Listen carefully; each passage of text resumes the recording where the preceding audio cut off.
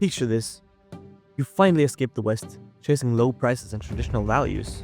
But you're still eating at McDonald's, the few people you know are all expats, and you don't even know how to say thank you in the local language. Bro, you're not escaping.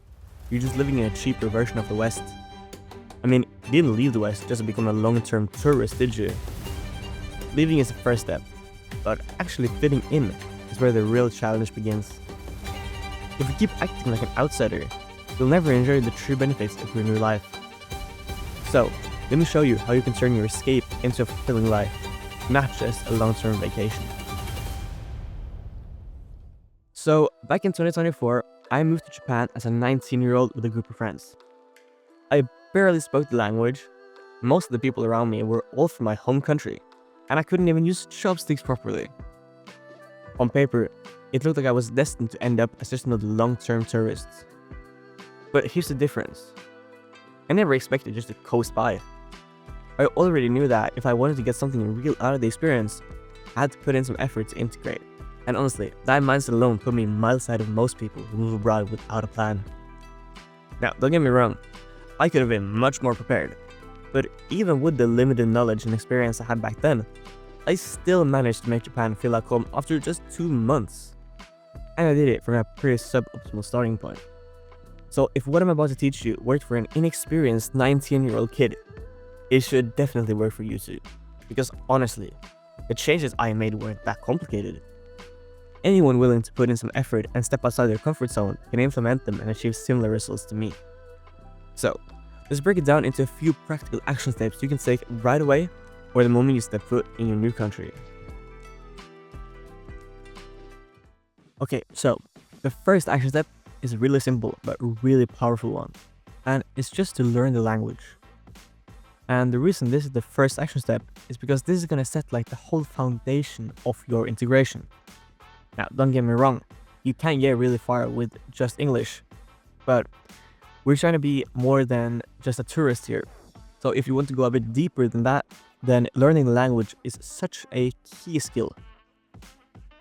And the reason I'm saying this is because out in the world, there are many people that don't speak English or are not really comfortable speaking English.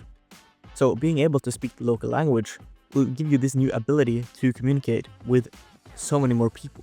And also the people that do know how to speak English, a lot of them are going to feel way more comfortable speaking their own language than English. And another benefit of learning the language is that when the people there see you trying, most of them are going to appreciate the effort you're putting in. So the people there are going to start to like you more, and you're going to feel like a bigger part of the community. And honestly, I don't think a lot of people understand the importance of learning the language until they get there, and I think that's pretty sad. Just take my word for it. Learning the language is going to like help you out in way more ways than you can think of right now. So action step number 2 is for you to just join some local activities. And the most important part here is just to do something you already like doing, or something you think you might like doing. Just to give you some ideas, it can be anything from a language school that can help you with action step number 1, or like joining a sports team, or doing some volunteer work. Like for example, I worked at a soup kitchen a few times a month. Or it can be something completely different, like going to a religious event. Like if you're a Christian, you can go to church, or if you're not Christian, you can also go to church, but that's beside the point. It's just like anything that helps you get close to people, and preferably people with similar interests to you, because from that point it's going to be way easier to build connections. And also when you join these like different activities, you're just going to feel like you're being a part of the community and not just like going to the touristy spots and eating out all the time. Like you actually do something that the locals are doing, not just the tourists. So action step number 3 is to leverage the connections you make. And just to explain one point here is that most people, they have a social circle, or a friend group, you could say. And what I'm saying in this action step is that when you make just one friend, you can then use that friend to gain access to that person's social circle or friend group. And this is just an autistic way of saying it. What I'm basically saying is just make a friend and then get to know that person's friends. And then boom, you're in a friend group. Like, it's not that complicated. And the reason I'm saying this is because You don't have to make a friend here, then make a friend there, and here and there, and all over the place. And then you have to like pull them all together. And then all these people that don't know each other have to get to know each other. And then you make this friend group. And it's just like you don't have to do all that. Like you can, but it's a lot of work. And it's going to be way easier if you just join a friend group that already exists instead of trying to make your own. Action step number 4 is to learn about the culture. And you can do this in 3 different ways: using the internet, speaking to local people, or local expats. But I would focus mostly on speaking to local people, and I'm going to explain that in a second. Because if you do that, you'll get not just one benefit, but 2 benefits. And the first benefit you'll get by learning about the culture, and this applies to all 3 ways, is that you're going to become more like the local people. And this is going to help you get like a sense of belonging, like you're going to feel similar to the locals. And also the local people, they're going to view you as more of them instead of like an outsider. So that's the first benefit. The second benefit you only get if you talk to people. And the reason is, I don't know if you've like noticed this, but people, they love to talk about themselves. And culture, believe it or not, is a part of you. So if you go to a local friend and you want to have a conversation about their culture, they are going to love it, because you're basically asking about them, and people love to talk about themselves.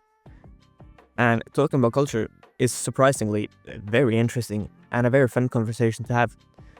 So not only are you going to actually learn about the culture, because it's their culture, they know about it, but you're also going to deepen your connections with a very deep and meaningful conversation. So it's just a win-win situation. Action step number 5 is to be the one to take initiative. And this applies to almost like every aspect of your social life. You can't be the one like everyone else that just sits around and waits for invitations. You have to be the one inviting people to do things. You have to be the one to go and engage in a conversation. The mindset you should have is that no one is going to invite you to do anything or engage with you in any type of way. You're the only person that can do that. And the reason you should have this mindset is because you can't control other people. You can only control yourself. And by doing this, you're putting more control into your own hands. And then if somebody invites you to do something, then great, that's a bonus. But you shouldn't rely on that. So be the one to take initiative, because most people won't. So the final action step that we're going to be talking about is to become a person that people actually want to be around. And this action step is like really difficult, but also really simple, because to become a person that people actually want to be around, you have to mostly focus on 2 things, and that is to become more friendly and more interesting. Because the thing is, people just want to be around where the fun is. So if you can provide fun to people, then people want to be around you.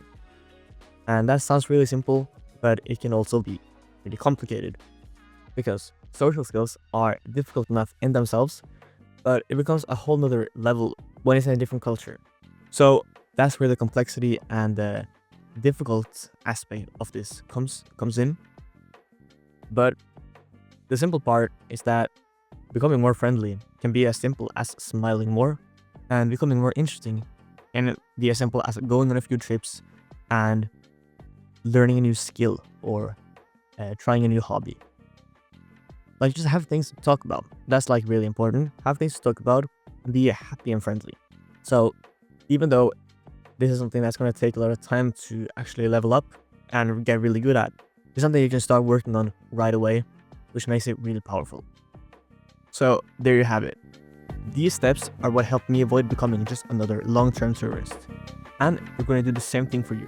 So if you're planning your move, or you've already arrived but you're struggling to make progress, don't know where to start, or feel like you just need some guidance, then I have good news.